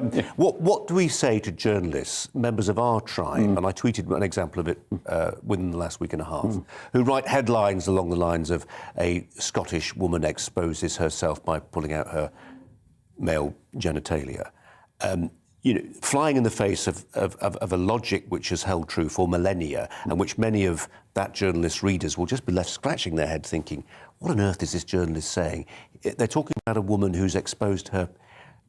should journalists be going along with this, as many of them now seem inclined to be? They've been told to change the language they use. Oh, yes. No, it's very difficult. It's very difficult because if we take somebody who is a spokesperson for and actually pro-women, pro-trans, pro-everything, right? But one or two little aspects of it cause massive problems. Eventually ends up effectively losing his job and having to sue his employer in order to show up what's going on. Otherwise, we wouldn't know. It is impossible for journalists now. Absolutely impossible. You can't have a view, because if you do have a view, the advertisers pull their advertising, because there are people who would even attack somebody as liberal and as broad-minded as your colleague here, as the colleague here, right? At the same time, right, they go to the advertising agencies. The advertising agencies run by and large, very young media buyers say, oh, trans, oh, problem, pull it. There is a commercial imperative to some of the trans debate. It's very dangerous. Look at J.K. Rowling. I mean, she virtually says nothing, right? And by the way, as liberal as you like on every single subject, she goes down one narrow line, suddenly she can't get an award, suddenly people who edited her books can't be edited, various other things. It's disgraceful. Sure. Is there a particular problem with the Green Party? Is it true across all parties? Well, I mean, obviously I have greater insight into the culture of my own party, but it's one that I've seen gradually deteriorate year on year. I mean, when I joined some nearly 20 years ago, it felt like a university of ideas, almost. You could challenge and discuss and debate, and I think that's at the heart of good politics and good policy making. You have to be able to challenge and debate in order to make good, robust policy, because you have to consider all different, often opposing points of view. Just out of curiosity, and it's not really part of this story, but where do you go? You're sort of politically homeless now, aren't you? I mean, where do you go? I'm a member still. I have rights as a member. In fact, I'm proposing a couple of motions to Green Party conference in a few days' time, so I still have that. But what I've lost, I think unjustly, through a process which is lacking in transparency and accountability, because I haven't even been given we know the ballpark reason that's been provided. Were you actually fired?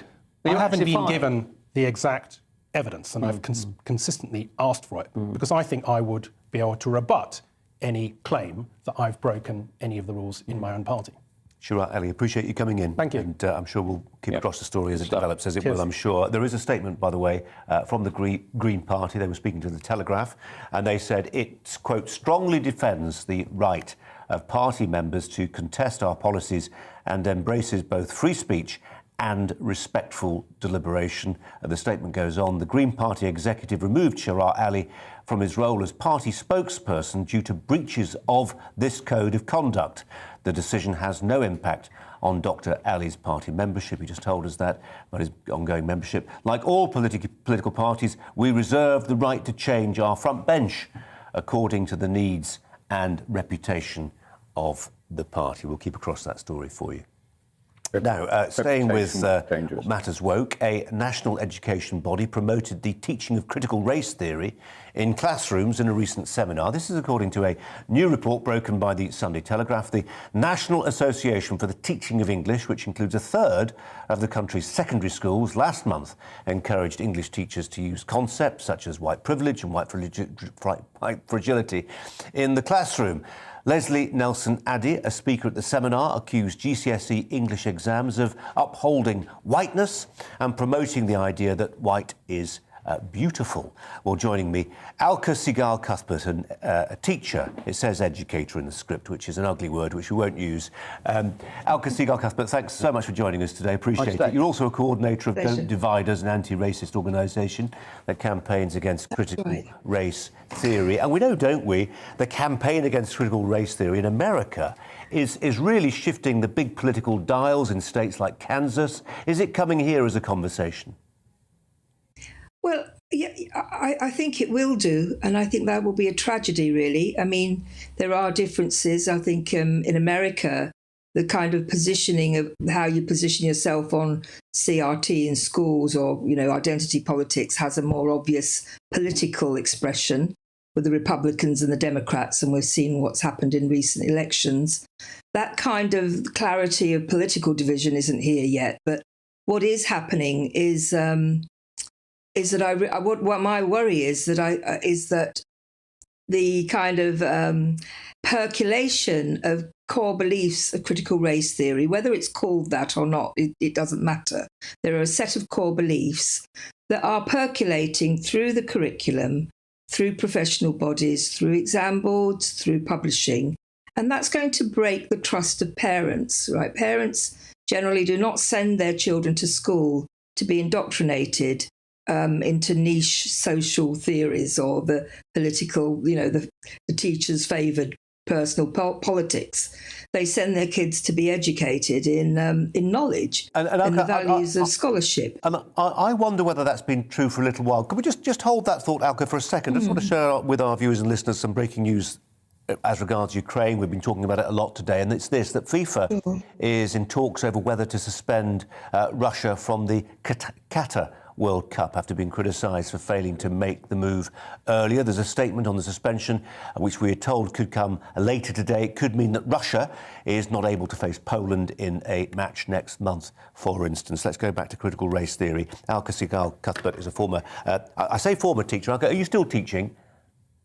No, I've recently given up teaching because the work at Don't Divide Us is taking up a lot of my time. Well, and it's I write still on education. I still write. Yeah, and it's very valuable work that you do. I was just introducing this idea that, you know, to some degree, have ideologically driven teachers fresh from university seen the idea of the blank slate of a child's mind as a sort of, I don't want to put this in kindly, but for some of them a bit of a perk of the job, to getting to shape them, not just in terms of their literary skills, their maths, their science, but actually some of their opinions too? Well, you know, I should think that's probably true. I think, though, in the past, what has held that in check is a broader commitment to an idea of like I was just saying, the values of scholarship, which is recognising the distinction between, you know, knowledge and concepts and the kind of questions and standard of evidence that you need to introduce children to in the different subjects, and personal opinion or political beliefs. And I think all those boundaries have become blurred. And we have some teachers, I think, today who are being egged on by publishers and bodies like NATE and other official bodies to really kind of disregard those traditional educational values and standards in favour of, politicising knowledge itself, the curriculum itself. And that is a difference. That is, I think, a qualitative difference, you know, because it's sort of so widespread and it's kind of transgressing really key important boundaries between education and society, politics and education, indoctrination and knowledge, all those boundaries that I think teachers have just worked with spontaneously in the past, even though they might have wanted to, it's always a bit pleasurable as a teacher when you see it, when, you can see children perhaps. You have an authority over them intellectually, and sometimes it isn't always clear where the intellectual authority and the kind of personal admiration begins. But teachers have to be quite wary of that. Yeah. They've got to be quite wary of not exploiting that. Alka, Kelvin just wants to come in. Alka, in your last post at school, did you notice a kind of change coming from the teaching fraternity in what they believed or what they were being told by their trade unions? I mean, do you think it's right that our children should be taught by somebody who belongs to a trade union, for instance? I mean, that automatically gives you a sense that you're contributing to one political party, the Labour Party. Is that right? And when you go to one of your teaching conferences, I'm sure you've been to them, they are a shocking collection of left-wing ratbags, people that you would avoid at any cost, expounding the most disgraceful political views, which you worry are then going to be taken back to some rather poor comprehensive somewhere and somebody being indoctrinated by these thought processes. Do you recognise that description?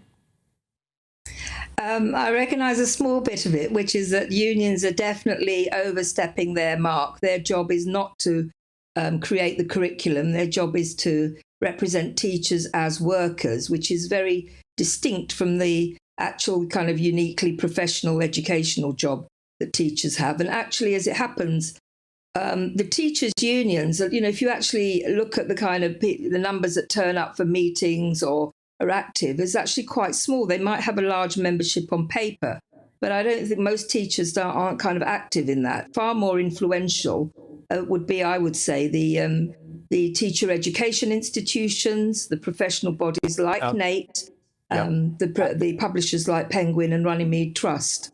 Alka, we need to end it there. We've got some breaking news which we want to share with our viewers. Alka Sigalka, but really appreciate it. No, thanks very much indeed. Thank you. Russia has been suspended from all FIFA and UEFA competitions. Its governing bodies confirmed. Some good news for Kelvin Mackenzie to end the show with. Yes, I mean, they should have done it earlier, but they have done it. Henry Winter has written a very good piece in the Times, which I would commend to your viewers on this issue, and it is what we should see. We should see. They should never have been allowed, because of the doping, they should never have been allowed in the Olympics. To play in the World Cup, there could be riots. Anything could happen. Well, the FIFA, UEFA, here's a statement, joint statement, that all, quote, that all Russian teams, whether national representative teams or club teams, shall be suspended from participation in both FIFA and UEFA competitions until further notice. It's this sort of... It's the prosaic stuff that matters to people in Russia, doesn't it? I mean, in a sense, they're getting images beamed back from Ukraine of fighting going on, but actually it's the economic damage, it's the cultural things, it's the sporting things. It's the drip. So now, with all this going on, and it's affecting the people, right? And you cannot stop the phone, the message. You can't do that. So what's going to happen? Putin more and more into a corner. What does he do? And this is where the nuclear threat is dangerous.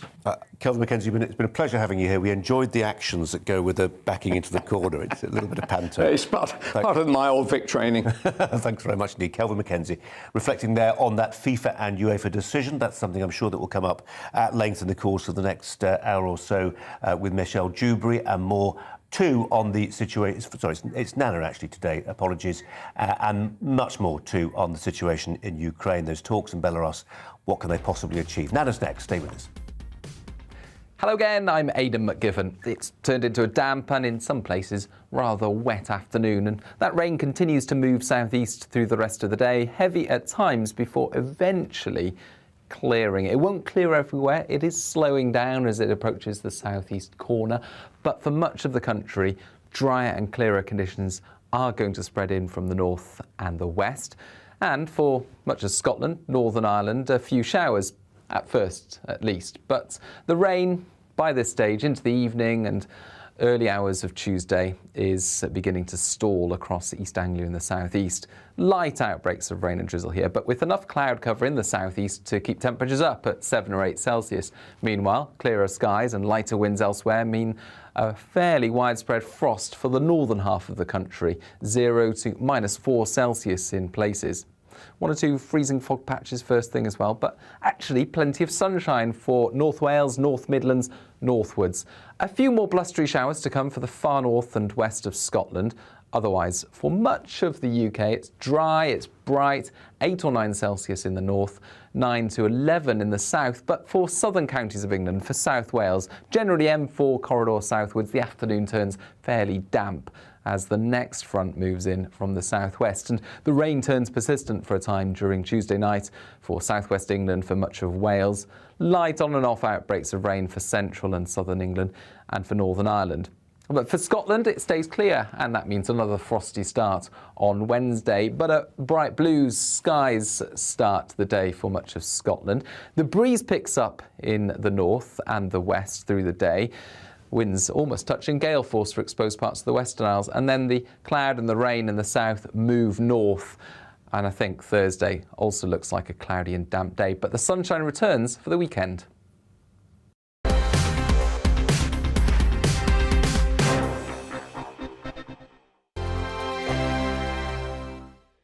GB News is the UK's home of discussion and debate from all perspectives. To stay up to date on the latest stories, make sure that you subscribe to the GB News channel right here on YouTube. You can watch us live 24/7 across the whole world. You can also check out exclusive content and catch up on previous episodes of your favourite shows. Every day, we ask the questions that you'd ask, so why not add your voice to the conversation in the comments section? Don't forget to subscribe. We are GB News, Britain's news channel. Every night at 11 on GB News, we bring you the next day's stories the day before. It's basically like time travel. If it's a big story, we'll cover it, guaranteed. But we'll also have some fun along the way. Big opinions, big laughs. Sometimes big hair. This is Headliners, the paper review show that won't send you to sleep like the others will. 11 p.m, 7 nights a week. Join us.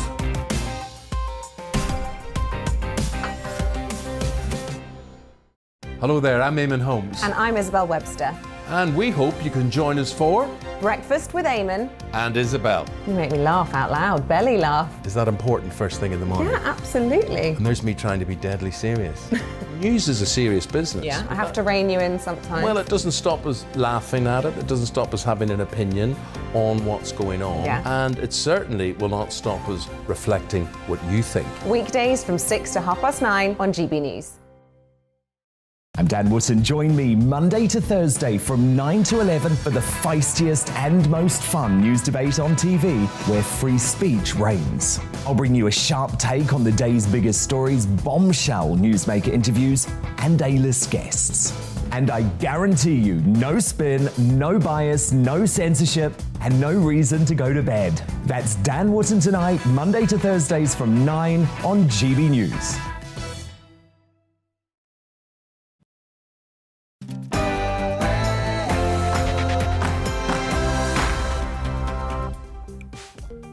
Hello, good afternoon. I'm Nana Akwe in for Michelle Dubes on Dubes & Co. And with me tonight throughout the show, PR consultant Alex Dean, ethnographer and academic Dr. Lisa McKenzie, and Lee Jones.